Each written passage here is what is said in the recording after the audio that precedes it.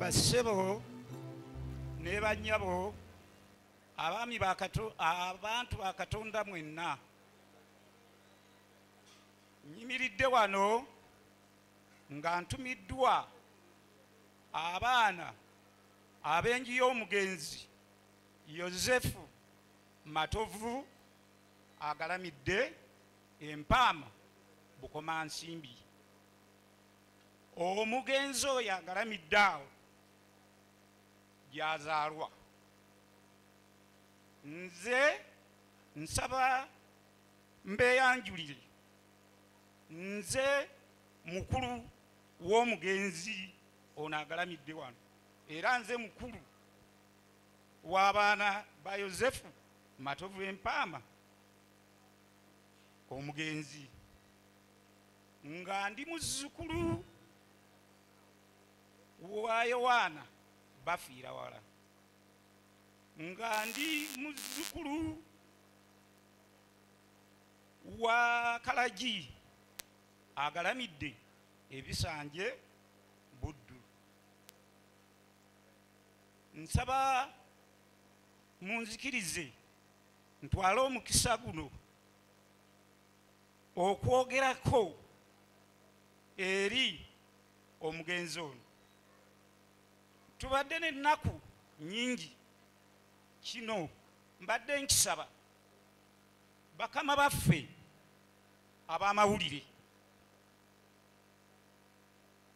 ab'amawulire batutuusizzaako nnyo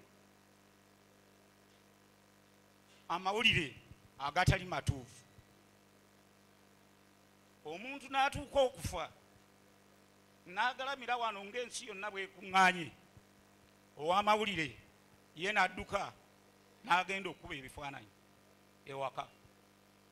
Omuntu tannafa n'adduka n'agenda okuba ebifaananyi owaka. Emirundi giweze 3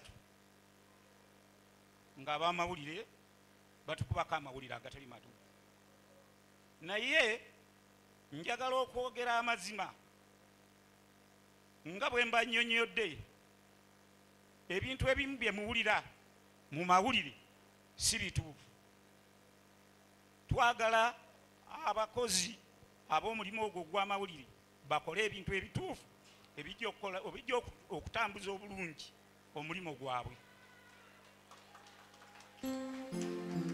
Era bannange, nsaba ntuuse okwebaza kwange eri abantu mwenna abali wano.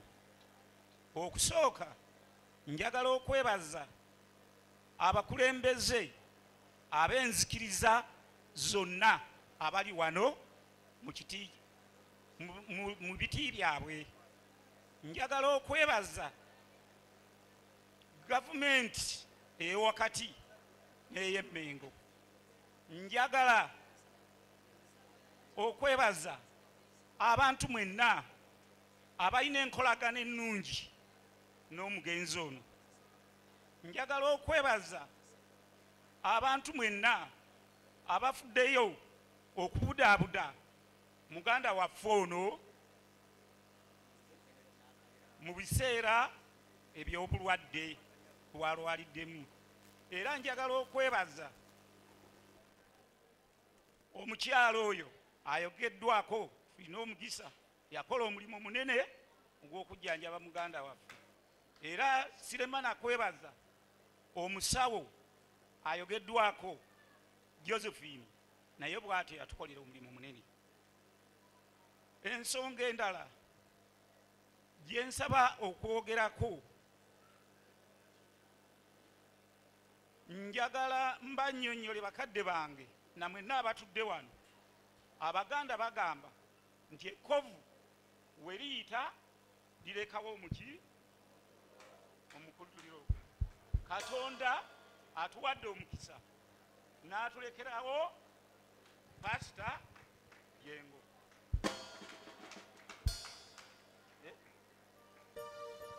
Bakadde bange, nga mmaliriza nja kusaba mwannyinazi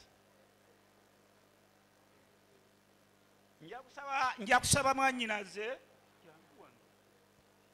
Nayiga abadde afaayo ennyo era atambula kimu ne muganda waffe Pastor Yiga ayogereko obugambo butonotono gye muli. Bannange mwebale nnyo, mwebalire ddala.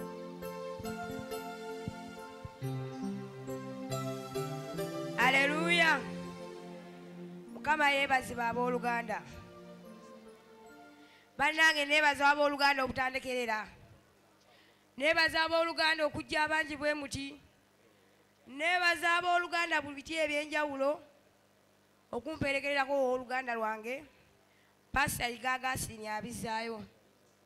Pastor Yiga kitaffe yatutuuma amannya nga ffenna tufaanagana. Ye Yiga, nze Nayiga. Kale nga nkiwuliramu essanyu. Naye erinnya linfuukidde ekizibu kuba nsigadde bw'omu mu nsi. Mbadde neewuunyaganya nga ngamba nina owooluganda lwange Pastor Yiga kuba ye muganda wange wewolinnya kuba bano baluganda bonna baganda bange. Naye waliwo owooluganda ow'enjawulo. Waliwo owooluganda gw'obuulira ekyama. Pastor Yiga tandekeredde. Mu bizibu bye mbadde mpitamu abadde Pastor Yiga. Buli ntalo ze tubale tulwana mbadde nzirwana n'oyo, oyo ye mulwanyi wange. Neebaza ab'emikwano abooluganda, abooluganda mu Katonda mbeebaza. Mwebale nnyo, mwebalire ddala.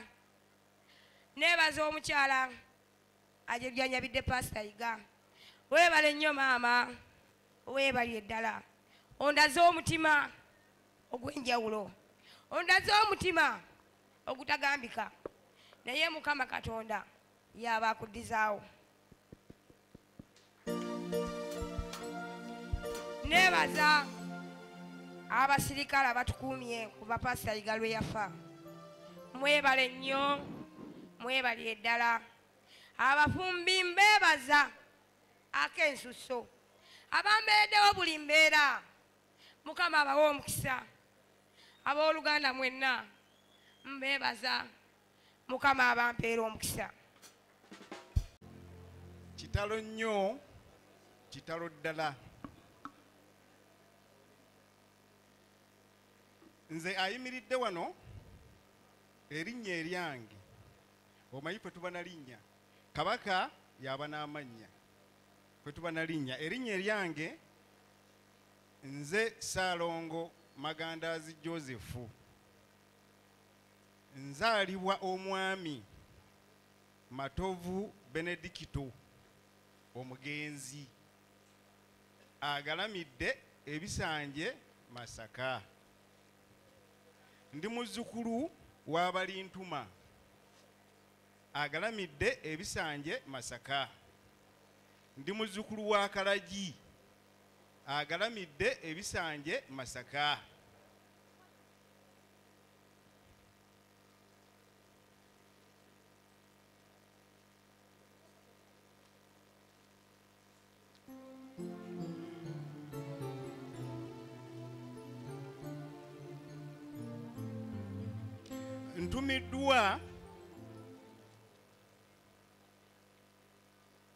Ntumiddwa abakulu b'enju eya Kalagi.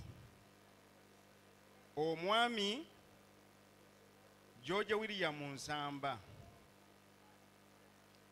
ali Masaka Kaboyo,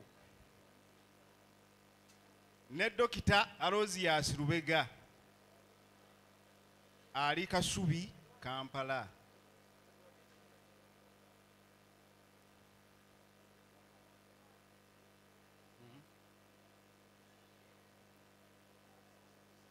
Abatasobodde kuyimirira wano kuba bakosefumu bombi ne bantuma mbakiikirire. Batuusa okusaasira kwabwe eri abantu mwenna okubabeererawo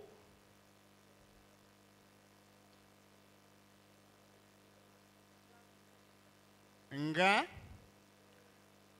tuwerekera muzzukulu waabwe mutabani waabwe Pastor Yiga Augustine abizaayo. Mwebale nnyo, mwebalire ddala. Beebaza omukyala w'omugenzi Pastor Yiga Augustine abizaayo. Abaddewo mu bubi ne mu bulungi, amujjanjabye omulimu agukoze. Tumukubireko mu ngalo. Era tamulekeredde paka ng'amaze okulaba nti omulimu ogwamutumwa agutuukiriza mu bubi ne mu buki ne mu bulungi.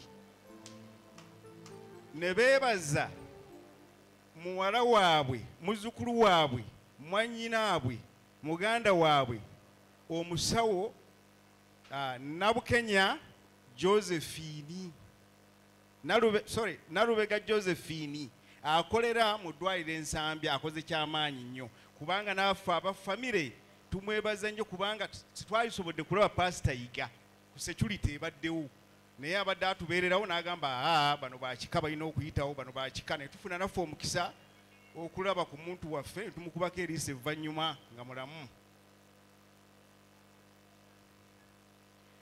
Beebaza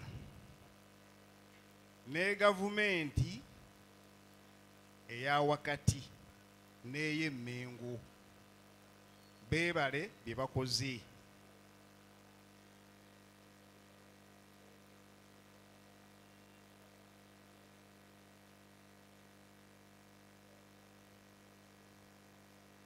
Baviiriddwako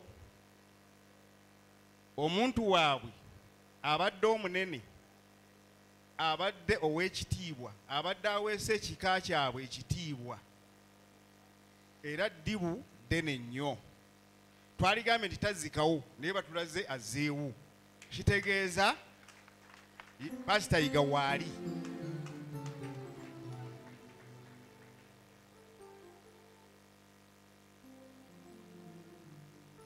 Basaba Omukama omugenzi Pastor Yiga Augustine ebyamusobako byonna Mukama abimusonyiwe, kubanga tewali atasobya, kubanga naye abadde muntu.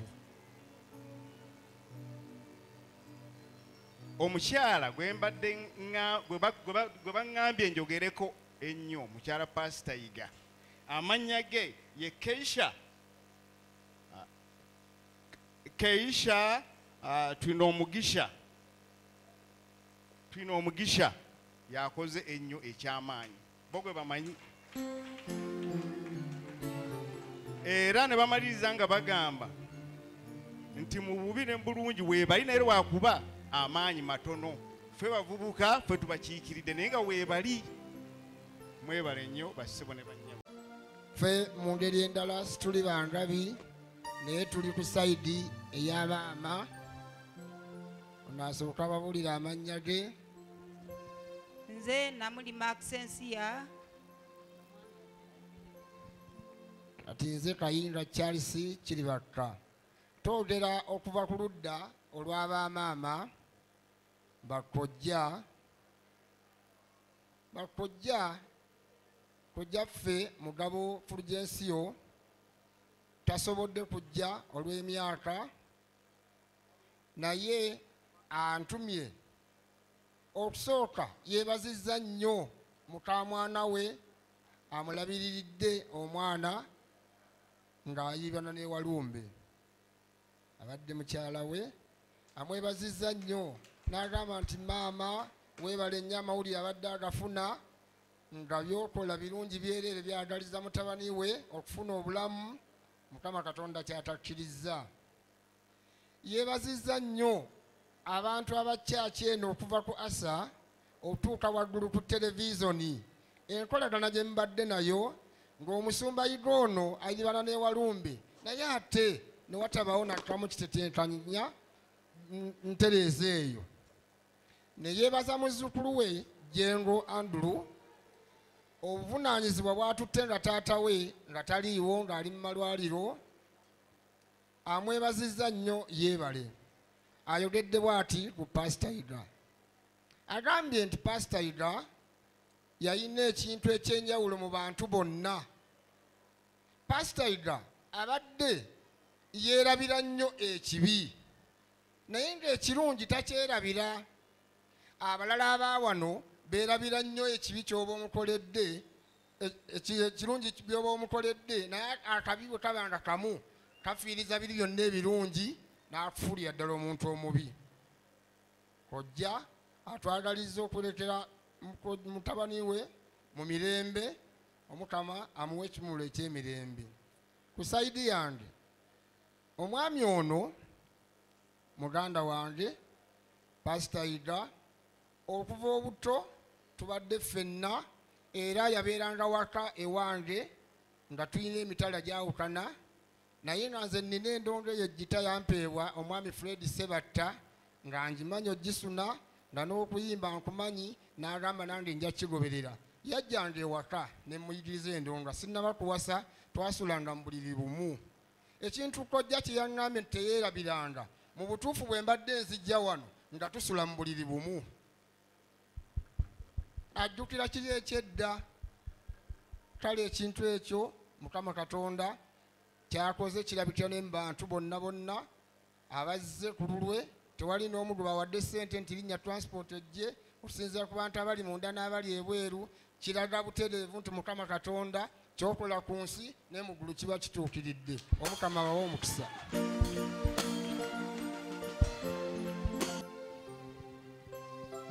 Toyanza